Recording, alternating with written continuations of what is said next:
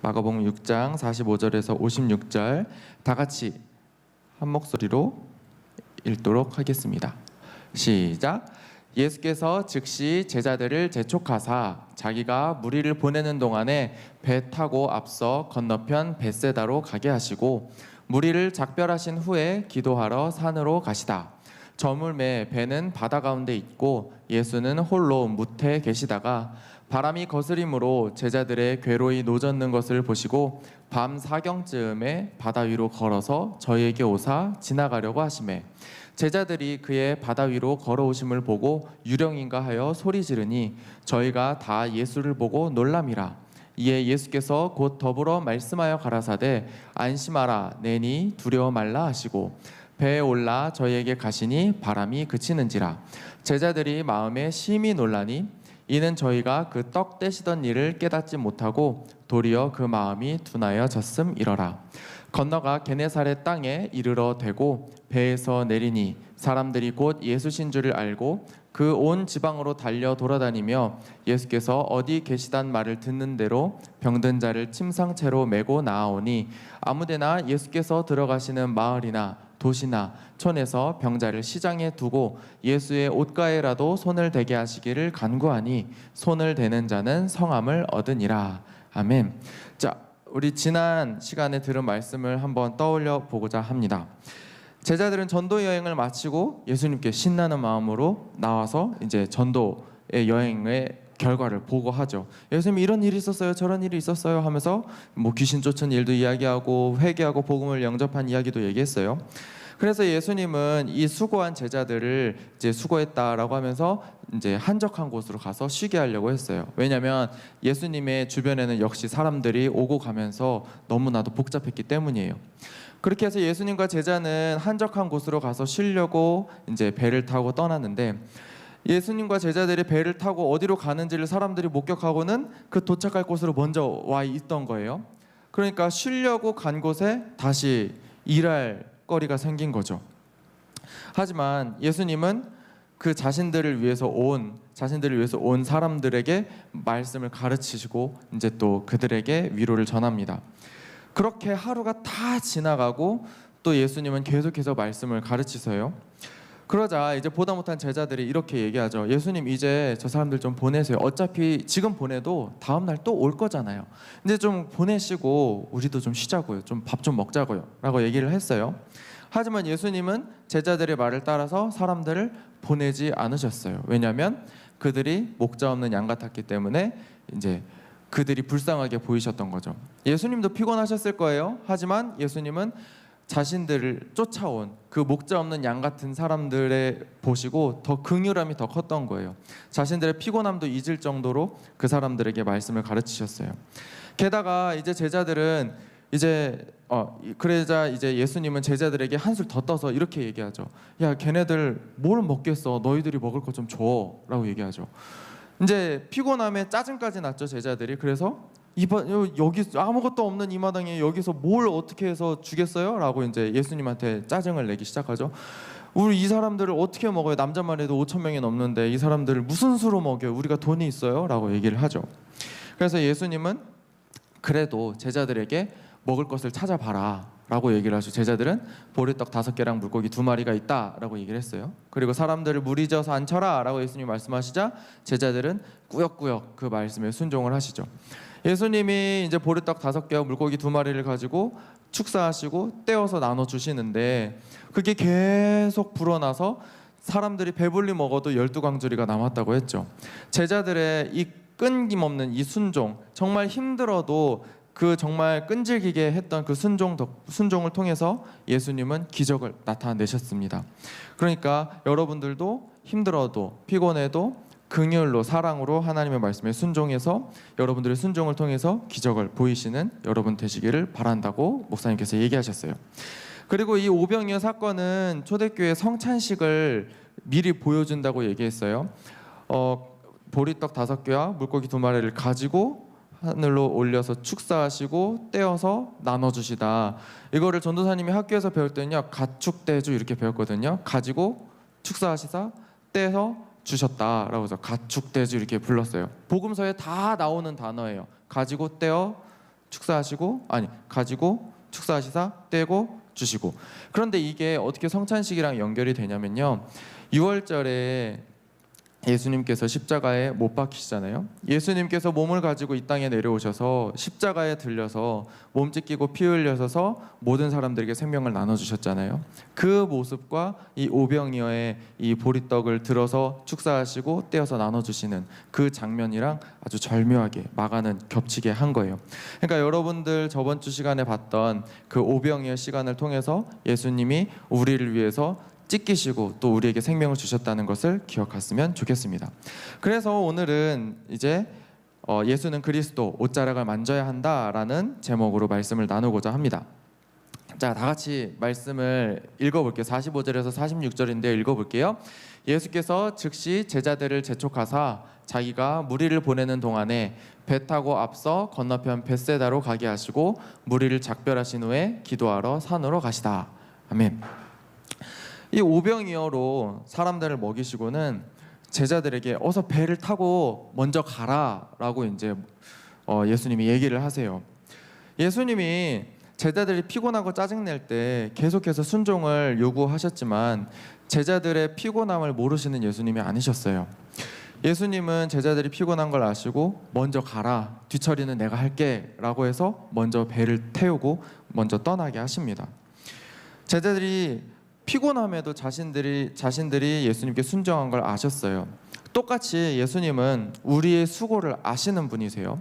여러분들이 한 주 동안 힘겹게 살아와서 피곤한 몸을 이끌고 주님 앞에 나와서 예배드리는 그 심정도 예수님께서 아시고요. 그리고 여러분들이 정말 공부하느라 또 대학을 준비하느라 걱정하고 또 고민하던 그 모든 마음까지 예수님께서 다 아세요. 그리고는 예수님께서 적당한 때에 아주 좋은 것으로, 여러분들에게 필요한 것으로 주시는 분이십니다. 하나님은 우리의 수고를 아시고 또 우리의 좋은 것을 채워주세요. 왜냐하면 하나님은 우리가 말씀대로 살아가려고 발버둥 치는 그 모습을 아시기 때문이죠. 우리에게 휴식과 평안을 주시고 또 문제의 해결과 또 기쁨을 주십니다. 그리고 우리에게 필요한 지혜와 능력도 주십니다. 우리에게 필요한 건 무엇이든 채우시는 분이세요. 그러니까 예수님을 신뢰하고 또 예수님께 순종하시기 바랍니다. 예수님은 우리가 수고한 것에 비교하지 못할 만큼 더 좋은 것으로 우리를 채우시는 분이에요. 그렇기 때문에 더 기대하고 더 기쁜 마음으로 여러분에게 주어진 삶을 감당하시길 바라요. 그리고는 46절에 뭐라고 얘기하시냐면 산으로 올라가서 기도하셨다고 얘기하세요. 예수님은 뒷정리를 마치시고 예수님도 쉬셔야 되는데 예수님은 산에 올라가셔서 기도하신대요. 우리가 마가복음 1장에서 계속해서 봐왔듯이 예수님은 기도하시는 분이세요. 끊임없이 기도하세요. 세례를 받고 또 이제 자신이 해야 할 일을 어떻게 해야 되는지 깨달은 그 시점에서도 예수님은 광야로 가셔서 기도로 준비하셨고요. 그리고 하루 종일 사역을 마치시고 그 피곤한 몸을 이끌고 다시 한적한 곳에 가셔서 기도하셨어요. 그리고 마찬가지로 오늘 말씀에서도 예수님은 그 오병이어 사건으로 사람들을 먹이시고 그 제자들을 보내시고 또 사람들을 보내시고 또 산으로 올라가서 기도하시는 분이세요. 예수님은 정말로 기도의 끈을 놓지 않으신 분이세요. 항상 언제나 바쁘면 바쁠수록 더 기도하신 분이십니다. 우리도 기도를 멈추어서는 안 돼요. 또 바쁠수록 기도해야 됩니다. 어디에 있든지 또 우리가 무엇을 하든지 또 내 기분이 어떠하든지 관계없이 우리는 기도해야 돼요. 이렇게 하는 거죠. 뭐 여러분 수학 문제를 풀면서도 기도하시는 거죠. 수학 문제를 딱 앞에다 두고 잘 안 풀리면은 주님 아시지요? 이 문제 답을 아시지요? 보이시죠? 하지만 저의 눈에는 안 보여요. 그러니까 저의 눈에 답이 보일 수 있도록 제게 지혜를 주세요 라고 하시든가요? 아니면 너무 짜증이 나서 이 수학 문제 푼 사람, 이 수학 문제 만든 사람 진짜 어떻게 하고 싶다는 생각이 들거든. 예수님, 이 수학 문제로 고통스러워합니다. 이 문제 출제자에게 구원을 주시옵소서 이러면서 여러분 속으로 이제 하나님께 도움을 요청하는 거죠. 그리고 언어 영역 문제를 풀 때도 똑같아요. 전도사님도 수능 풀 때 이렇게 했는데요. 주님, 내가 도대체 화자의 심정을 왜 알아야 돼요? 이렇게 내가 왜 알아야 돼? 문제 출제자가 화자한테 물어보면 될 걸 가지고. 그래서 근데 내가 이 문제를 못 풀면 내가 대학을 들어가는데 힘들잖아요. 그러니까 나한테 지혜를 주세요. 그래서 나 이렇게 보면서 꾀꼬리는 왜 슬피운데요? 뭐 알아서 울라고 하지? 그러면서 여러분들 문제를 푸시던 뭘 하시든 그때마다 족족, 그때마다 항상 기도하시면서 예수님께 대화하시길 바래요. 그리고 기분이 어떨 때도 대화하시길 바래요. 기분이 좋을 때도 하나님 감사합니다. 내게 좋은 기분 주신 하나님 감사합니다. 이렇게 기도하시고요. 화가 나는 순간도 하나님, 내가 하나님 때문에 참아요. 내가 진짜 하나님 때문에 참나요. 이렇게 기도하시고 나에게 지혜와 능력을 달라고 다시 한 번 더 기도하세요. 전도사님이 이 간증을 하려고 어제 그런 일을 겪은지는 모르겠지만 지금 제가 이 간증을 하는 순간 저는 지금 살짝 지금 뚜껑이 열려 있어요. 왜냐면 이 설교를 준비를 막 했어요. 막 오늘따라 쉽게 설교가 풀리네 룰루랄라 하면서 막 하고 이제 저장을 딱 누르는 순간에 뭐가 일어날 것 같아요? 아 맞아요, 응답 없음이 떴어요. 와 어떡해 말하면서 그래 그래도 한글 파일은 불러옴 그 기능이 있잖아 하면서 불러옴 기능을 기대하면서 이제 다시 한글 파일을 켰죠. 근데 제가 한글 파일을 두세 개를 막 켜놓고 있었단 말이에요. 그게 한 번에 싹 떠오는데 제가 마우스를 잘못해서 딴 걸 딱 눌러버린 거예요. 못 찾잖아요. 그래서 키보드를 부시고 싶었는데 앞에 전도사님도 있고 예꿈 전도사님들도 있으니까 한숨을 진짜 푹 내쉬면서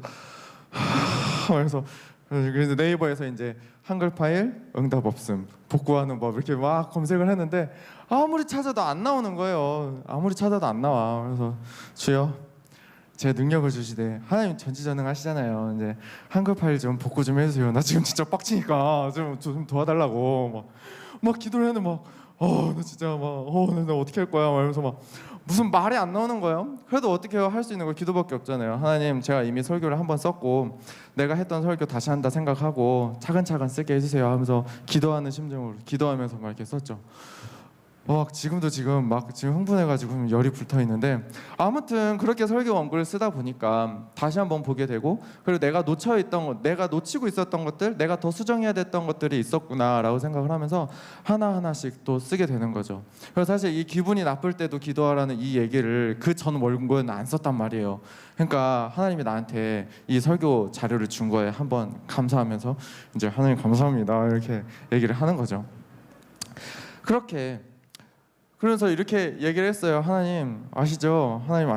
아마 하나님도 아실 거예요. 모세가 이제 하나님이 정성스럽게 쓴 십계명 돌판을 막 던져서 부셨을 때 하나님도 아마 빡치셨겠죠? 그렇죠? 제 마음 아시죠? 이러면서 이제 그렇게 기도를 했어요. 아무튼 여러분 어떤 상황에든 언제 어디서든 무엇을 하든지 기도하시는 여러분 되기를 바랍니다. 그 기도 하나님께서 다 듣고 계시고 필요한 거 다 주십니다. 그리고 오래 기도하기 힘들다? 그러면 짧게 나눠서 기도하세요. 내 목표는 하루에 30분씩 기도하는 거야. 근데 나는 3분만 기도하면 잠이 와 라고 하면 졸면서 기도하시는 거예요. 주님 감사합니다 이러면서 이렇게 기도하시는 거죠. 너무 집중이 안 된다 그러면은 30초씩이라도 30초씩 60번이면 30분이거든요. 그러니까 30초씩 숨 쉬다가 기도하고 숨 쉬다가 기도하고 들숨에 하나님 날숨에 감사합니다. 들숨에 하나님 날숨에 도와주세요. 어제도 진짜 그렇게 했어요. 막 주여 감사합니다. 주여 도와주세요. 막 이렇게 했거든요. 여러분들 기도는요 여러분 하나님 앞에 솔직하게 대화하는 거예요. 그렇기 때문에 여러분 막 어려워하지 마시고요. 하나님 앞에 그냥 기도하세요. 기도 제목이 안 생각나거든. 하나님 제가 모르는 기도 제목도 아시고 계시죠? 네, 제가 그걸 위해서 기도하고 있어요. 네, 이렇게 하면서 기도 제목이 떠올 때 그거 아시죠? 네네네 하나님 감사합니다. 그거 좀 문제 해결 좀 해주세요. 이렇게 솔직하게 여러분들 가끔씩 막 수위를 넘지 않는 선에서 하나님하고 이런 식으로 즐겁게 대화하셨으면 좋겠습니다. 그렇게 기도하다 보면요 여러분들 기도를 어떻게 해야 되는지를 알게 돼요. 그렇게 기도하시고 또 구한 대로 응답받는 여러분 되시기를 바랍니다. 기도를 게을리하지 않기를 바래요. 어떤 식으로 기도하시든 기도의 끈을 놓지 않고 기도를 계속 해나가시는 여러분 되시기를 바랍니다. 무엇을 기도해야 될까요? 여러분들 기도하면서 어떤 거 기도하세요? 아니면 예수님은 무엇을 위해서 기도했는지 여러분 한번 떠올려 보세요. 예수님은 기도하셨을 때 제가 저번에도 이렇게 설교했을 거예요. 예수님은 하나님의 뜻대로 오셔서 이 땅에서 우리를 구원하시기 위해서 이제 십자가의 길을 걷고 계시잖아요.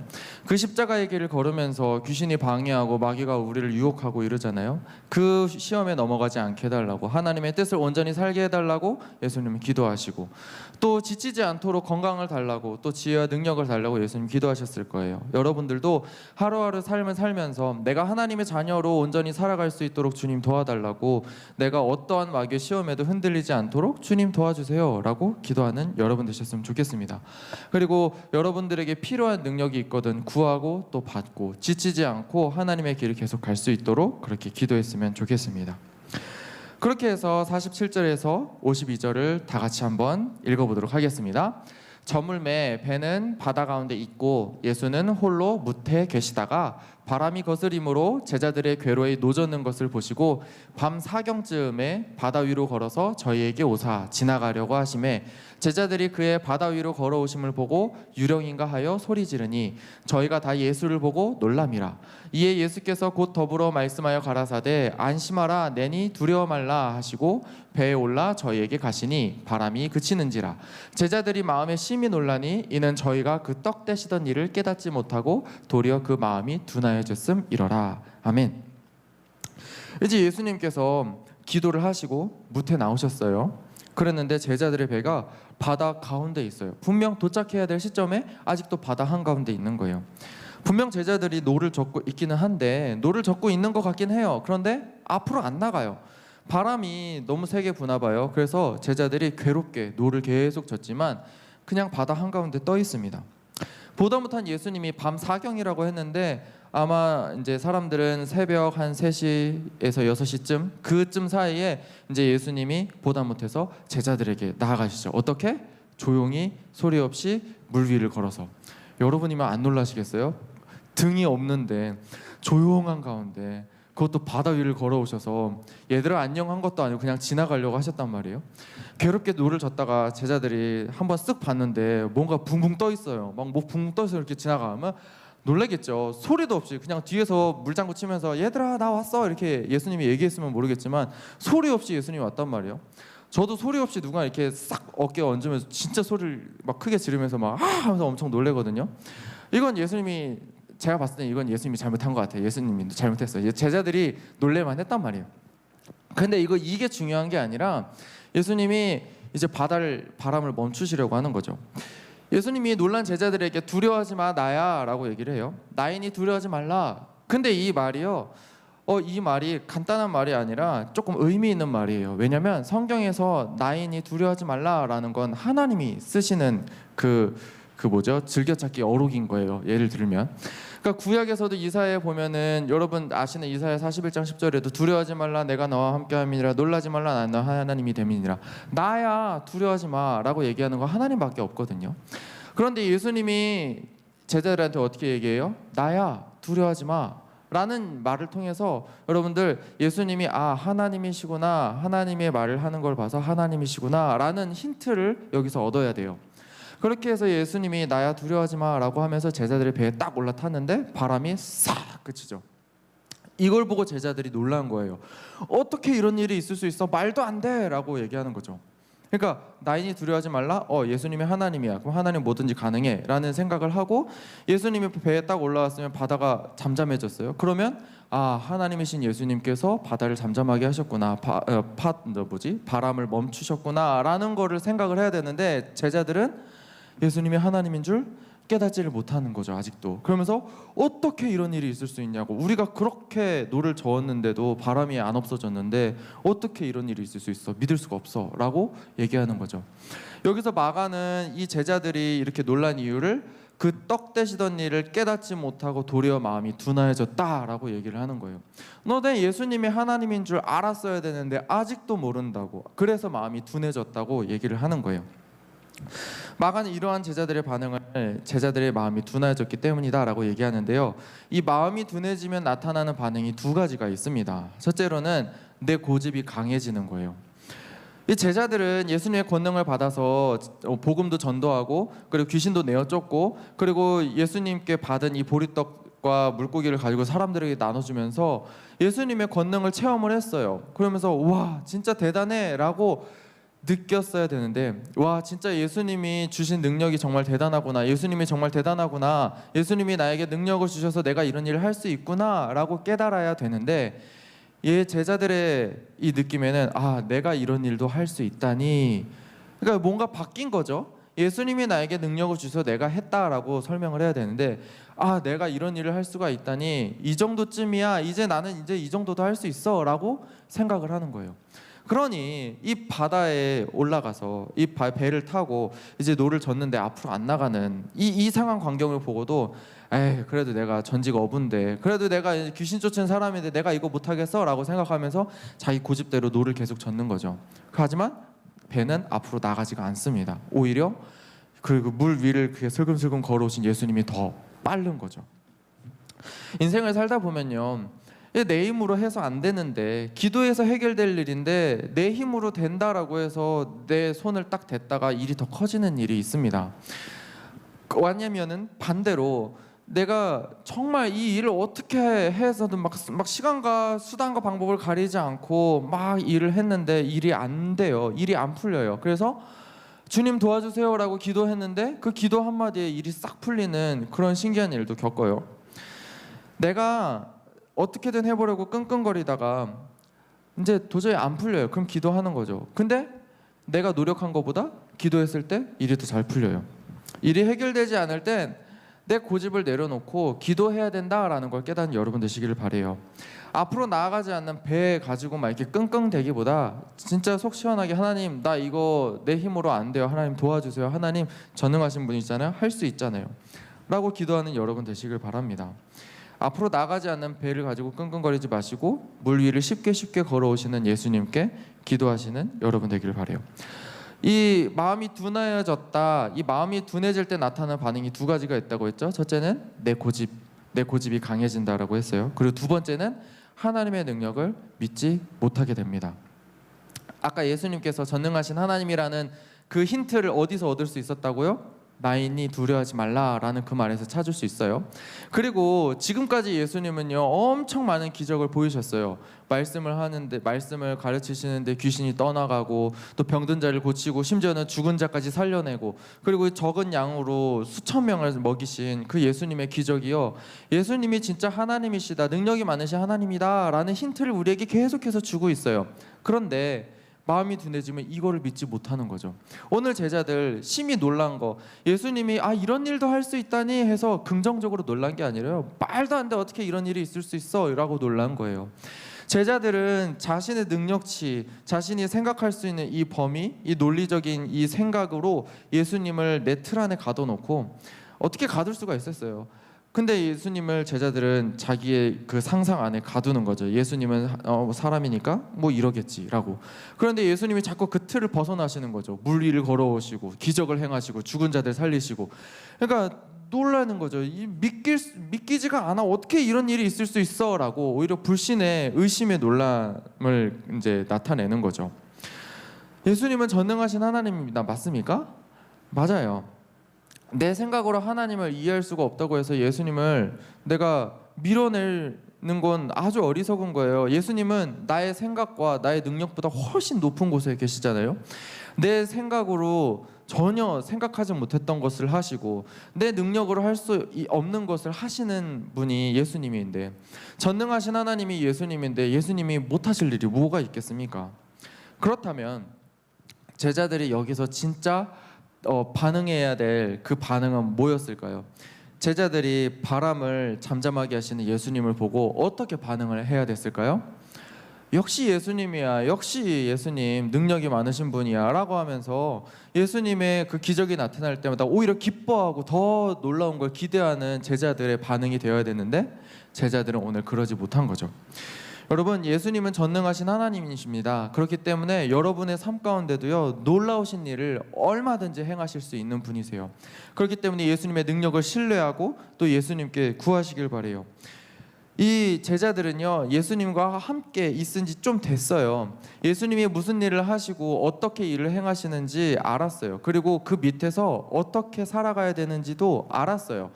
뭐 어려울 땐 예수님께 기도하고 문제가 안 풀 땐 예수님께 나와서 기도하고 그러면 되는 일이에요. 그런데 제자들은 아직 예수님 안에서 살아가는 방법과 이 세상에서 살아가는 방법을 혼동해서 사용하고 있는 거예요. 예수님 앞에서는 예수님 도와달라고 그렇게 소리치면서도 예수님이 안 보이는 이 배를 탄 이 시점에서는요, 어떻게든 자기 힘으로 해보려고 그렇게 세상의 방법을 쓰는 거죠. 야고보서는 이렇게 왔다 갔다 하는 마음을 두 마음이라고 표현을 합니다. 갈대같이 흔들리는 마음, 그 마음은 아무것도, 뭘 구해도 너네가 두 마음을 품고 있으면 아무것도 이루어지지 않는다, 얻지 못한다 라고 얘기를 해요. 여러분들의 마음은 어떻습니까? 한 마음으로 오직 예수님께 구하고 예수님께 받는 그런 삶을 사시나요? 아니면 예수님이 기억날 땐 예수님한테 기도했다가 예수님이 보이지 않을 때는 내 힘으로 끙끙거리고 그렇게 앓는 여러분이십니까? 여러분들 한 마음으로 예수님께 나와서 기도하고 또 예수님의 기적을 체험하는 여러분 되시기를 바랍니다. 자, 이제 53절에서 56절을 다 같이 볼게요. 53절에서 56절 다 같이 보겠습니다. 건너가 게레사렛 땅에 이르러 대고 배에서 내리니 사람들이 곧 예수신 줄을 알고 그 온 지방으로 달려 돌아다니며 예수께서 어디 계시단 말을 듣는 대로 병든 자를 침상채로 메고 나오니 아무데나 예수께서 들어가시는 마을이나 도시나 촌에서 병자를 시장에 두고 예수의 옷가에라도 손을 대게 하시기를 간구하니 손을 대는 자는 성함을 얻으니라. 아멘. 이제 예수님과 제자들이 배를 타고 게네사렛이라는 땅에 도착을 해요. 그러니까 역시나 많은 사람들이 이제 몰려들기 시작을 하는 거예요. 그런데 이 많은 사람들이 자신만 나오는 게 아니라 병든 자들을 다 데리고 나와서 예수님 앞에서 이 사람을 고쳐달라고 이제 구하는 거죠.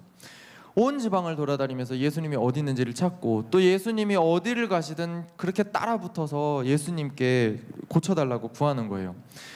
그리고 이 사람들은 특이하게 예수님이 자기를 만져달라라는 것도 구하지 않았어요. 자기들이 예수님께 그냥 손만 대게 해달라고 그렇게 구했어요.